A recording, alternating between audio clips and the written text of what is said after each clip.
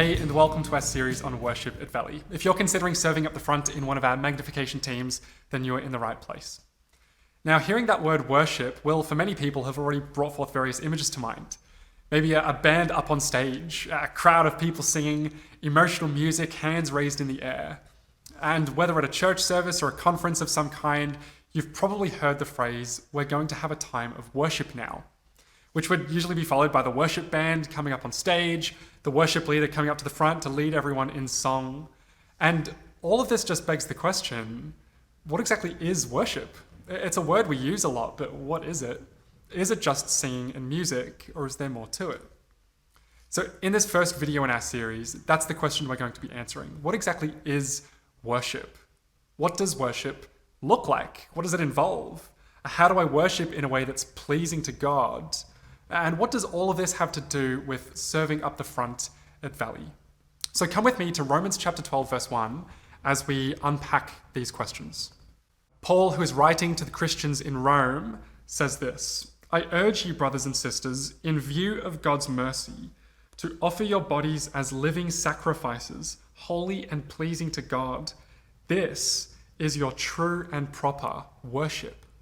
So whatever Paul is talking about here is the Christians' true and proper worship. And so as Christians ourselves, all of our worship ought to line up with what Paul is saying here in this verse.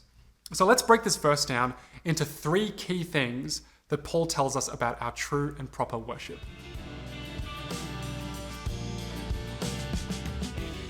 Well, the first thing that we notice is that worship is a response to what God has done. Paul writes, "Therefore, I urge you, brothers and sisters, in view of God's mercy." So God has acted in mercy, he's taken the initiative, and worship is now our response to him. So what is this mercy that God has shown? And if there's mercy, then why was the mercy necessary? Well, if we head back a page to Romans chapter 11 in verse 32, we see that Paul's been writing about God's mercy towards the sinful disobedience of his people. And if we go all the way back to the start of this letter to the Romans, we see Paul describe the nature of this disobedience. So in chapter 1, verse 21, Paul writes, "They knew God, but they neither glorified him as God, nor gave thanks to him." In verse 22, "They claimed to be wise, but they became fools, and exchanged the glory of the immortal God for images." And in verse 25, "They exchanged the truth about God for a lie, and worshipped and served created things rather than the Creator, who is forever praised." So all people are guilty of misplaced worship in one way or another, of worshipping created things rather than the Creator, who alone is worthy of our worship. There is a kind of worship that is not true, that is not proper, and that kind of worship, that misplaced worship, is at the very heart of sin. That's why we need mercy.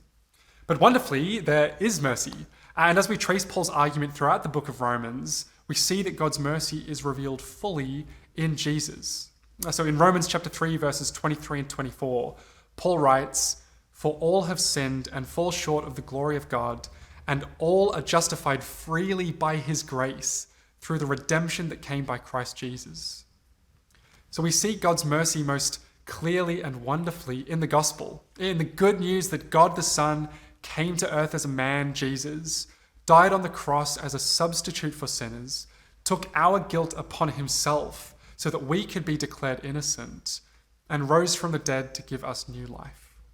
And so when Paul says that we are to worship in view of God's mercy, he's saying that our worship ought to be a response to the gospel of Jesus Christ. So as people who've received God's grace and mercy in Jesus and been humbled by that, we ought to worship him, the Creator, not created things, but him, the one who made us and who saved us. And not simply out of fear or obligation, or to try and secure his favor or presence with us. Jesus has already done that at the cross. Rather, our worship ought to be motivated by desire, by joy and thankfulness in response to what God has already done for us. The desire to worship God, to worship Jesus, is at the heart of what it is to live as a Christian, and it's at the heart of our purpose as a church at Valley. So it needs to be said here that before serving at church, you must respond to the gospel. You must be a Christian, someone who follows Jesus as your Savior and Lord, who trusts in him for forgiveness and salvation. And if you're not a Christian, or if you're not sure where you stand with Jesus, then before we even think about serving at church, let's make that the very next thing that we talk about. So worship is a response to the gospel, but what exactly does worship involve? Well, the second thing we notice in Romans chapter 12, verse 1, is that worship ought to involve every part of our lives. Paul writes, "I urge you, brothers and sisters, in view of God's mercy, to offer your bodies as a living sacrifice." Paul says our true and proper worship is offering our bodies, our being, our entire lives to God. It's not limited to a small part of a church service or a conference where we sing together in song. That is worship, but that's just the tip of the iceberg. Our worship ought to be a constant, every day, every moment, life-encompassing response to the gospel. We see this also in Mark chapter 12, verse 30, where Jesus teaches that the most important commandment of all is to love the Lord your God with all your heart, soul, mind, and strength. Love God with all that you are. So every decision we make, every thought we think, every word we speak, they reveal in some way what is supremely important to us. They reflect what we love, what we desire, who we really are. They reveal what the object of our worship really is. And Jesus is calling for us to make God the object of our worship in everything that we do. And so we see that our true and proper worship, it goes far beyond singing and music. It goes even far beyond church. It engages our entire being, our entire life. And so our worship at church should be an extension of our constant daily worship in all other areas of our lives. When we are up the front at church, we're putting ourselves forward as Christ's representatives, as examples. And so there are standards, there are expectations, both for our actions when we're up the front, but also for our personal lives. As Christ's representatives, we need to be doing all we can to model worship, not only on a Sunday, but every day, every moment, as we offer our bodies up to God as living sacrifices. So worship is a response to the gospel. It involves our whole lives. But what exactly is the goal of our worship? And what does this mean for the way that we live? Well, let's come back to Romans 12 one more time. The third thing we notice here is that worship is all about pleasing God. Paul writes, "I urge you, brothers and sisters, in view of God's mercy, to offer your bodies as a living sacrifice, holy and pleasing to God."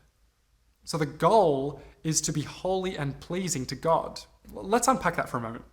Put simply, holy means set apart. It's a word used throughout the Bible to describe God. For instance, in 1 Samuel chapter 2, verse 2, we read, "There is no one holy like the Lord. There is no one besides you."